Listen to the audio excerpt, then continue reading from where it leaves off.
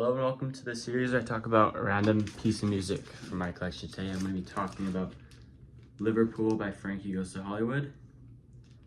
This is Frankie Goes to Hollywood's second and final album. There are bands from Liverpool associated with the synth pop scene, kind of a sort of high energy, big theatrical sound to me. Interesting thing about them is that, I mean, when you think of Frankie, you think of the ginormous synth sound that they always have, but they never had a synthesizer player in the band. The synth was always just played by the producer, even though across their two different albums they had two different producers. I can't remember who produced. Oh, here it says here, produced by Steven Lipson. But the first one, of course, by Trevor Horn, famous producer, and because they're on Trevor Horn's label ZTT.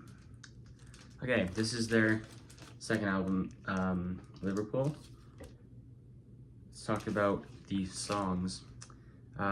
First opens with War is the Wasteland, which is a brilliant song. I mean, I don't really know, it's just a classic Frankie track. There's this kind of section in the middle where Holly Johnson sort of talks more than sing, which I don't know why, but I've always really liked songs where the singer doesn't sing, he just talks. I can't explain why, but it's really appealing to my ears. Next is Rage Hard, which is probably my favorite Frankie track. There's also a really awesome 12-inch that hopefully I'll be able to talk about at some point. But this is just obviously the standard version.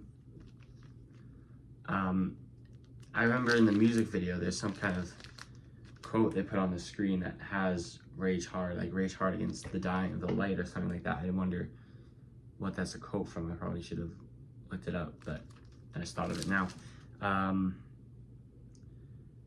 Yeah, I don't really remember all the tracks super well. Watching the Wildlife is another good one. It's like Frankie Goes to Hollywood had a brilliant run of singles. They had, I believe, 7 singles only in their whole career, but every one was fantastic. Every 12-inch version especially was really good.